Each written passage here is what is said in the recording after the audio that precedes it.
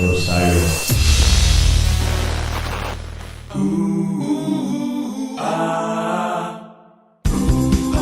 the scale, under the scale, under the scales. Under the scale, under the scale, under the scales. We're in a cool era of Phish cover bands. And you, like it or not, are kind of, in a way, are one. But I was thinking, like, if I were in a Phish cover band, I would try to get you to be in the band. Are you getting, like, requests like that? I mean, I love that you're doing this solo thing. That's intense. But would you ever want to be in a band? Do you like collaborating? I do love collaborating, and I do very much want to play in a band. And I have no doubt this will be a thing in the not too distant future. But I don't really, like, I'm enjoying interpreting this music in a really different instrumentation, right, and showing it in a different light. I didn't start this with the intention of like, oh, I want to like. Literally, this thing started as a hobby. It was something I was doing. Like I was working on the Tweezer transcription, the best projects, not because I thought it was going to, be this idea that would turn into something. It's fantastic. I was just really into it. Yeah. So it's grown into this thing. But yeah, I love playing with other people. I love the interplay and the ability to listen and have a conversation. I love when you jumped on stage with Marco Benevento. Now, was that really uninvited? Oh yeah, I totally crashed his gig. You totally did. We had never met before. He looked surprised, and I didn't know, like, because later I saw you guys are friends, and he's actually like part narrating a video of yours. So I kind of thought maybe this was a stunt. No, that happened after the fact. But it's really funny because apparently some of the band that night thought it was a stunt as well, because I guess they had talked about playing this song Atari before the gig. And it wasn't his usual lineup that night. It was like a one-off gig in San Francisco. So they didn't know necessarily that. And so someone suggested Atari, and then not everybody knew it, so they scrapped it. And then, I crashed the gig, climbed up on stage, and started playing Atari. And I think half the band was like, dude, you set us up. Like, you placed this girl to come up. Awesome. And I think the whole band thought it, but everyone thought someone else was in it. Everyone thought that someone else was messing with everyone else. And then they finally realized, no, this was just like a random occurrence that happened to... Even Marco maybe thought that they were pranking him or something. I have no idea, but it was not premeditated. I mean, he most importantly was smiling, a huge smile. Have you seen the video? No, I haven't seen it. Oh, Holly jumps right on his piano bench and starts playing his song. It's really, really intense. That could have gone badly. He's kind of just surprised, like, oh my God. Like, she gets into the hard part and he's pointing at her and the crowd loves it. Are there any other pianists, maybe aside from Paige or in addition to Paige, whose piano benches you want to crash? I'd be giving up the element of surprise if I answered that. Fair. Yeah, I can't let them know it's coming. You did play with Ryan Dempsey. Yeah. Of Twiddle. Yeah. Yeah. That was just the two of you. Was that a show or was that just a song? They were playing at the Cap and I was playing at Garcia's next door, so Ryan popped over and sat in for a little bit. Awesome. Yeah, it's fun. That was great. The only thing that kind of we haven't talked about, at least on my list, unless you have something, RJ or Holly, before we get into a little bit more playing, some live music, is that you have this entire other album that you made subsequent to Distillation of a Dream, and it's Grateful Dead music, Better Left Unsung. Yeah. And at least the one jam transcription on there that I heard is something that you weren't at least I don't think you were even alive. No, I was definitely not at that show in 74. 1974 in Kentucky, Louisville, Kentucky, Eyes of the World. Yeah. And that's just beautiful as well. Now, do you play equal Phish and Dead at your shows? At this point, yeah, I'm intentionally trying to balance it. Nice. But again, that album and that whole direction of blending in the Dead's music came out of that jam transcription, right? Just like the Phish album came out of the Tahoe Tweezer one. I did that jam transcription for this series that Jambase was doing. They did this video series, Counting Down to Fare Thee Well, where they had 50 different bands do 50 different versions of Dead songs. And they asked me to do one and convinced me to do a jam transcription. So I did this version of Eyes, and then I just fell in love with how their music was translating to the piano. And I was like, all right, I got to do another one of these albums. Yeah.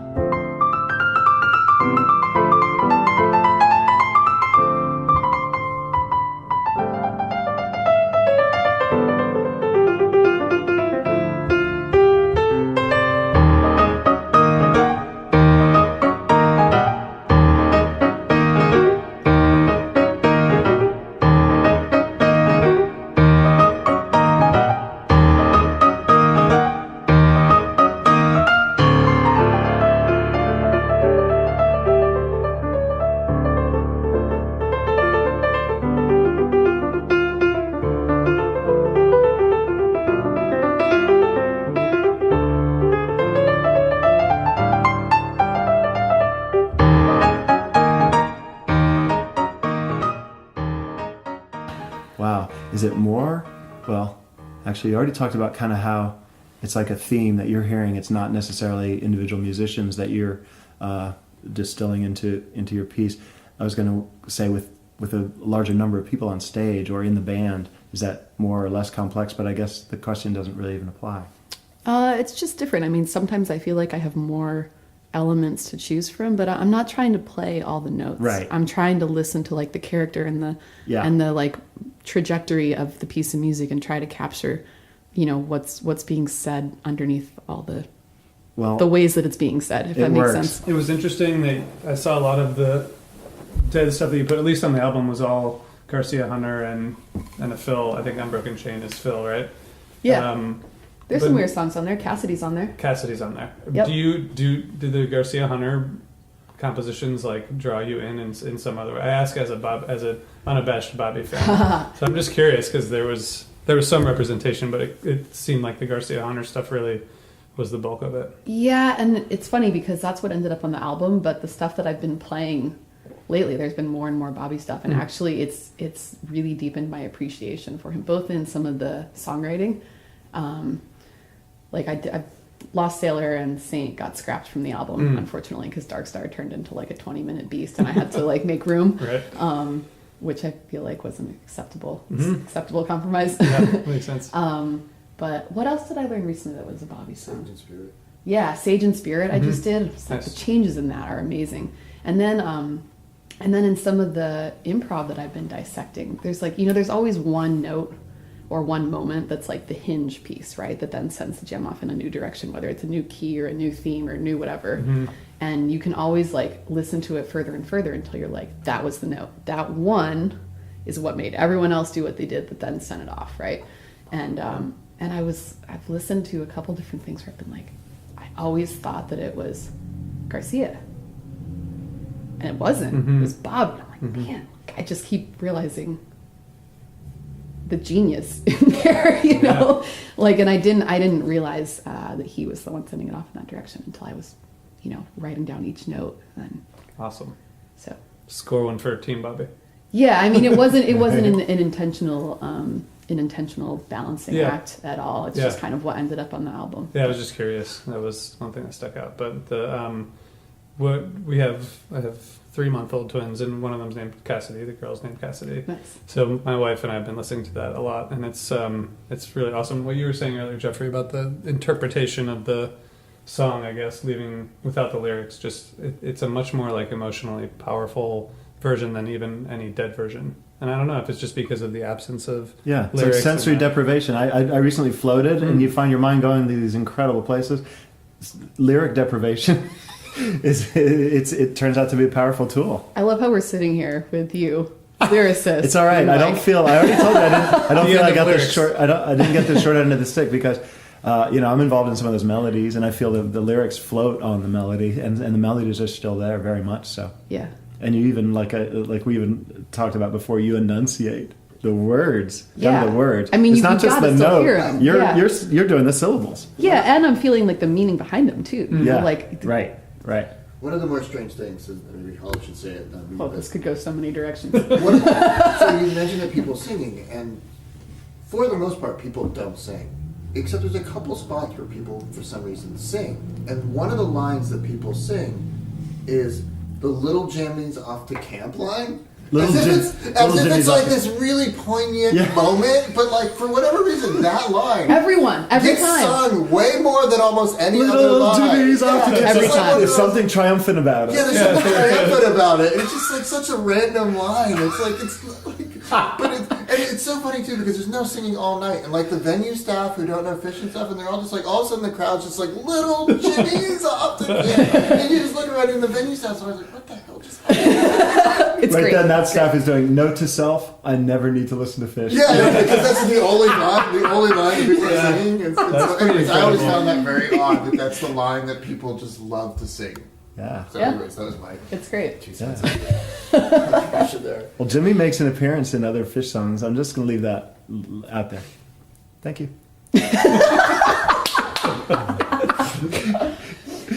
And now we're turning the podcast into a cool session where Holly's going to play some stuff for us. And one of the things he wanted to do is demonstrate a technique inside the piano.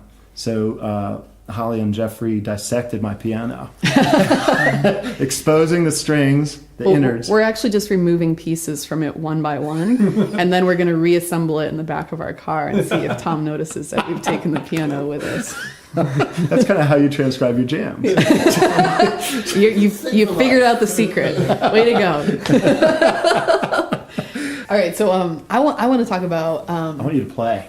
I'm gonna, but I want to give the background to Okay. it. So one of the things I've been really into doing is pulling a lot of unexpected sounds out of the piano using different extended techniques. So there's been like palm muting and hitting the strings with different objects, mallets and all kinds of stuff. Now, is this like overdubbed onto your compositions, or is this something you do live? No, I do it live in real time, and Whoa. I didn't really explore it on the Phish album at all, but on Yeah. the Dead album I did, like on Dark Star, I did Uh-huh. all kinds of weird stuff inside the piano. And but it's become, so it started out because when I was doing these jam transcriptions, there was certain things that I was like, all right, so I'll cut to the chase here. One of my favorite jams ever, the Camden Chalk Dust from '99, and it has those beautiful long soaring sustained notes that are just like, they're amazing, right? And it's all about Trey's sustained tone there. Yeah. And the piano can't do that, right? Right. Like you play a note and then you can't Decays. control it at all. It's just going to die away, Yep. and then that's the end. So that's really limiting with a lot of these jams. So I had that one in mind, and I wanted to use an ebow. That's usually a tool for guitar that just gets the strings vibrating and makes this kind of like sine type of tone. That's really resonant. I was like, man, if I could use one of those on the piano, I could play that jam, and then I could just, I could just live in that jam forever and die happier. That's awesome. No, but so I got this thing. It's kind of like an ebow. It's called a wand, and I actually bought it with the intention of wanting to do that jam transcription. And Oh, wonderful. it didn't really work because it. For many reasons, but it did get me really into that sound as another part of my palette to play with. And so instead of having just this one set of sounds that the piano can make by the hammers hitting the strings, Yeah. I realized I can start to get all these different tones and timbres out of my single instrument, which can then help me build this like landscape to help represent the full band sound Yeah. better. And so it grew out of wanting to emulate that, and then all these sounds have really become a part of my sound and the sounds that I reach for when I'm playing live. So Very cool. I want to demonstrate this. So the Camden Chalk Dust Jam didn't work out Okay. yet. All Maybe right. someday. All right. But I did end up using this on Slave, which has been really cool to get that sustained note that then you can even start to pull the harmonics out of the strings on the piano. It's just Sympathetic harmonics from other strings. well, that, and just as you move down the length of the string, you can start to pull out the different overtones. And so just like, Trey will get that sustained tone, and then also the feedback that'll come out with a beautiful second note. And I've been able to coax that out of Amazing. piano. So I I don't. hope you it's- can do it to mine, but it's not. The strings aren't as long as a grand piano. Yeah, we'll see. And it's kind of And they're kind more- of an acrobatic Yeah, they're act more to tucked, get in there. They're more tucked in there. Yeah, too. But we'll just see here what we can get out of here.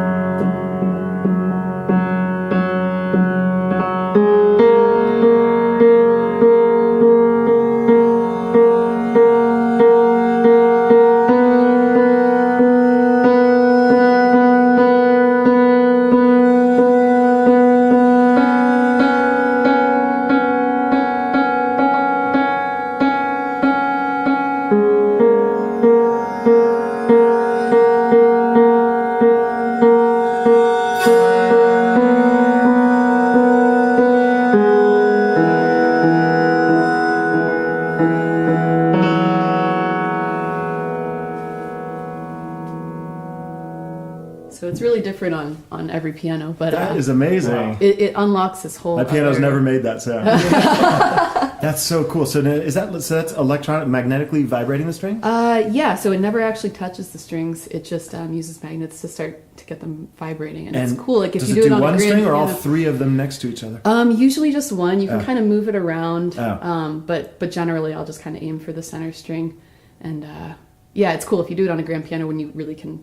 When I'm not like sticking my head inside the piano to Yeah, get to it, yeah. you can see the strings start to wave, and then you'll hear the sound start to my rise God, out that's of it, and beautiful. it can get really resonant and like fill a room unamplified, and you're like, how's that coming out of there? That's amazing. So that's been fun, and then you know, I've thought about kind of darker points of jams where there's kind of like a muted, like maybe a palm muted effect on the guitar, right? Like, or something like that. So you can palm mute the strings too, and if you do that while you hold the pedal down, sometimes you can get.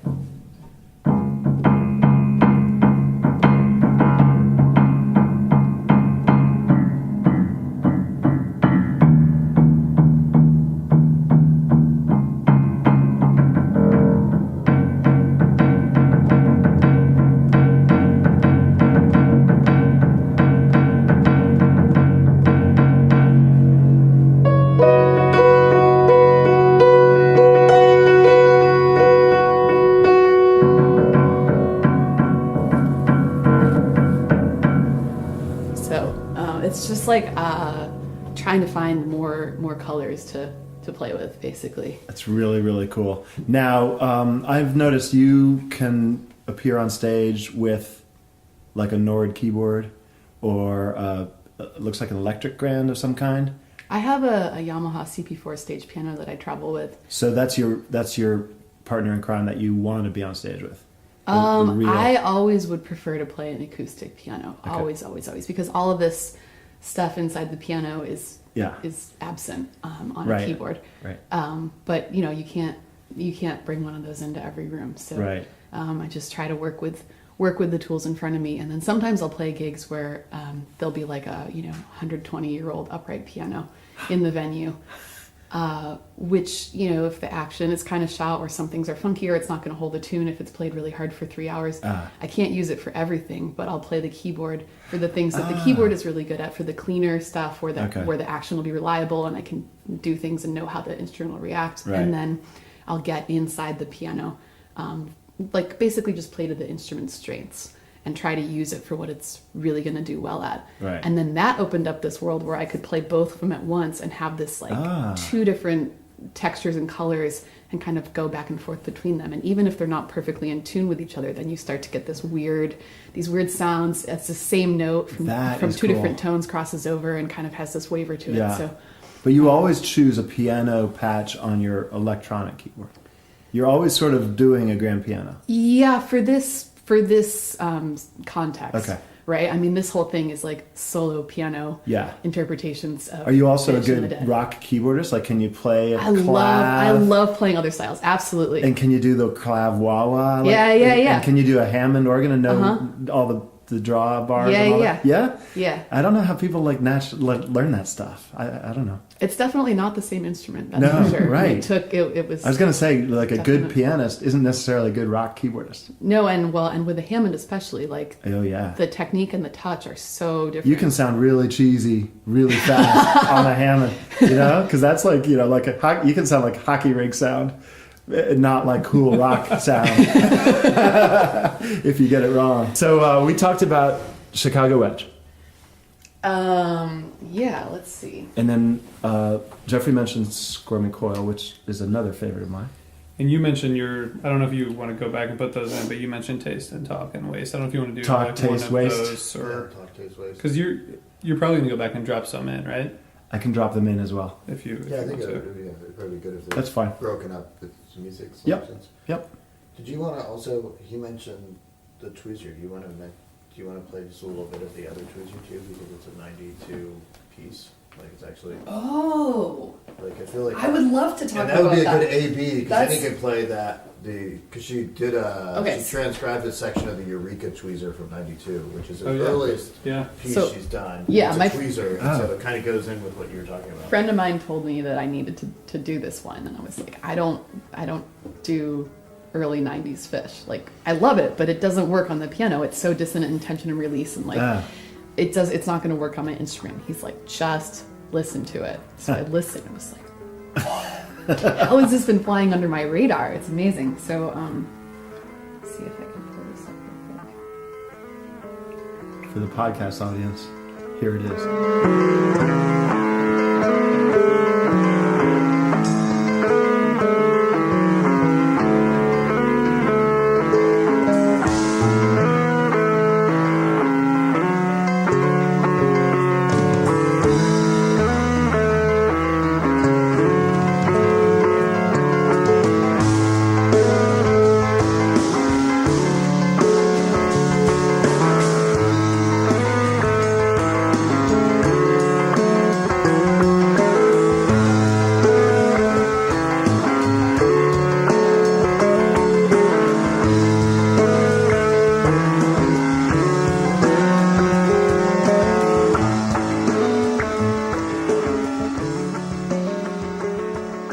Well, and speaking of leaving the lyrics being absent when the vocals can be a huge part of it, this jam has a very distinct vocal line. I think it just goes Tweezer over and over again. Tweezer. It's great. You gotta listen to it. Just promise me you'll go listen to I will. the original. She was talking to you, audience. Yeah. I'm not going to go back and listen. I'm not We doing. already established that. I want to listen. I actually think this was left out of our recent Tweezer Madness episode. So Oh. we What? I think so. You know the For tweezer, though. shame. Yeah, I know it now that you mention it. But All right, I haven't played this in a while. It might take some editing. So this it's just like a selection from the middle of it. All right.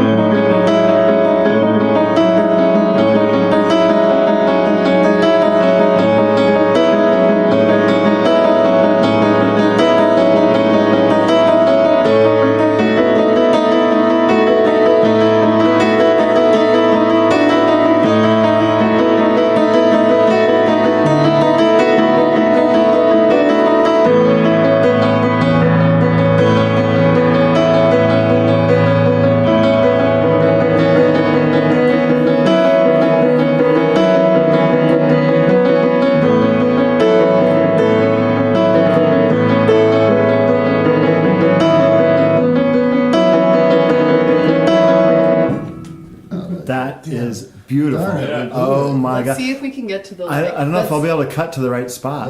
No, because it didn't like get to the. It's gonna get good. That wasn't even a good part yet. What?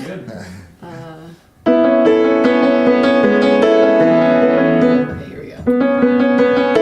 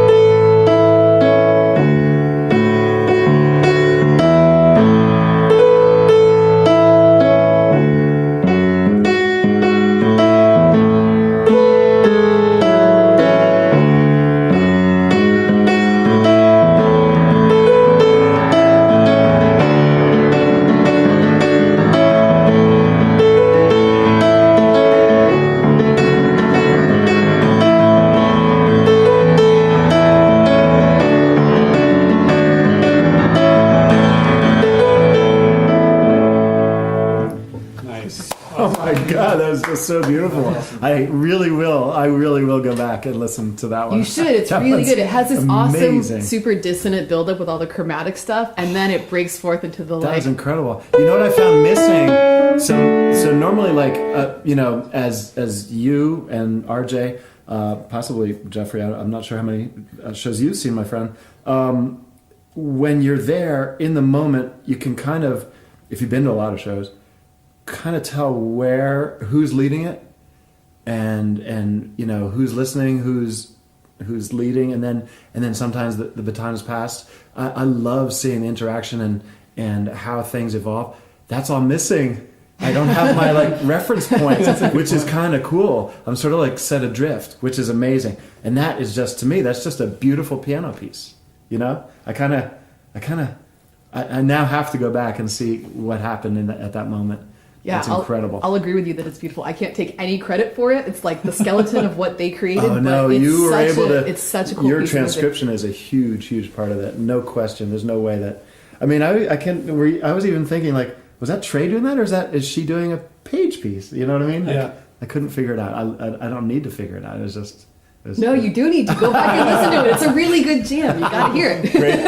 Great jam. That's so cool. Thanks. How about let's see. So that was. Did we do?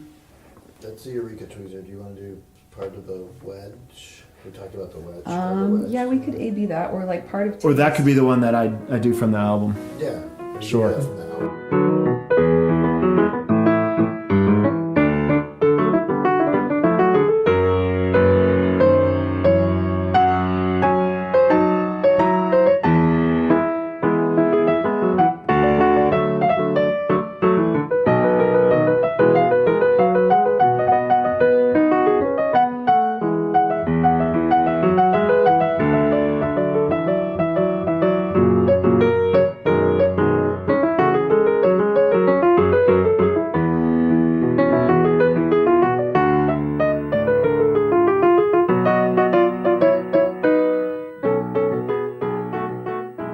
Yeah. How about if you just play a Tom request and just hit me with a little talk, taste, or waste?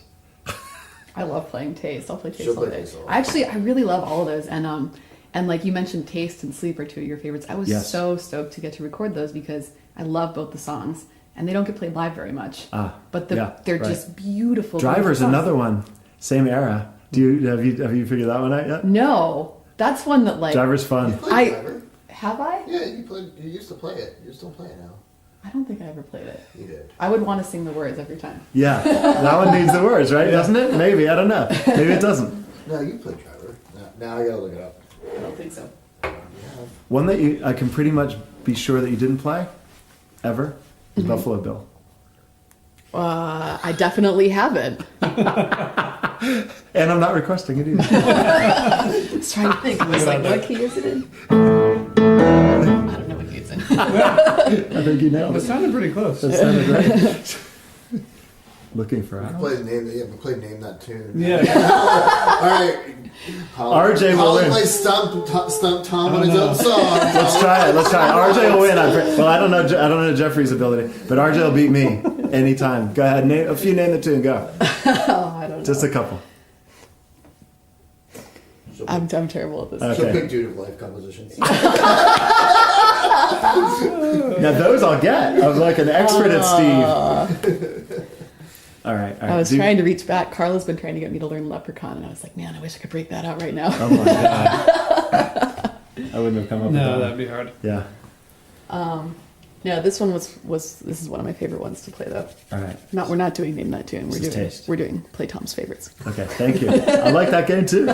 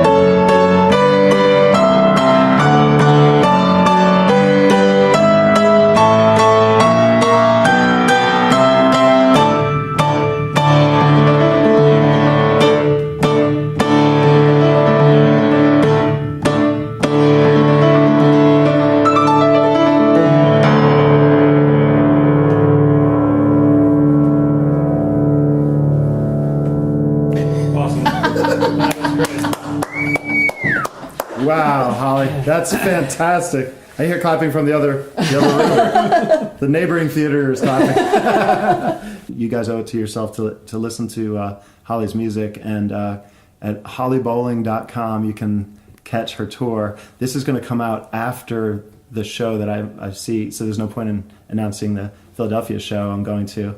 I might on Twitter, though, see if we can get some extra people out. Although it might be sold out, I don't know. But you have, it seems like your tour kind of extends endlessly, and it seems like it started summer 2015 and just is endless. Is that Is that characterization correct? I don't know. When did it start? 2015, yes, it seems It's been kind of a Says kind the of a driver crazy and ride. the worker guy. So, yeah, 2015, and yes, it's been pretty nonstop. Yeah. Until you find another band to, that has a jam that turns you on, I guess. Yeah, I don't know. I mean, I have a lot of ideas about different directions to take this. I don't think I'll ever stop doing this angle of it too. I mean, I really love the opportunity to take. You've hinted at something happening, but it doesn't sound like you want to divulge it. So there is something Hints- different happening. Hints only. All right, so I'm getting the picture, and maybe I can say this. If you want to catch Holly Bowling playing solo piano, you better do it quickly. Does that work? We'll leave it at that. Yep. Well, it's amazing, and I'm so happy to be able to see you. Thank you so much, Holly, for showing up here. Do you have a slogan? I'm thinking bowling. You must have tons of slogans. Like They're all terrible. My sense of humor is the worst. Stay out of the gutter. Follow Holly Bowling. Winner. How about another? You should sell the pins, all these bowling pin. Wow. I'm going to You're trademark hired. that. Yeah. I'm going to trademark it, so when you go on your world domination tour, I have to get a penny for every bowling pin. You got it. All right, cool. So if you sell 100 million, I'll make $1 million. It's a fair arrangement. Thank you for making the trip down, Holly, and I'll see you tomorrow live on stage in Philadelphia. Thank you so much. Thanks for having me. Awesome.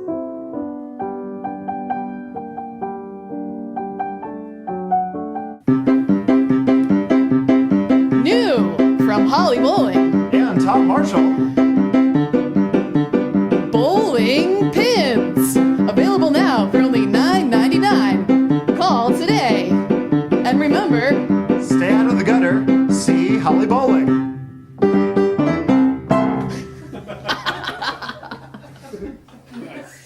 we've hit our high water mark. I think it's all downhill for me.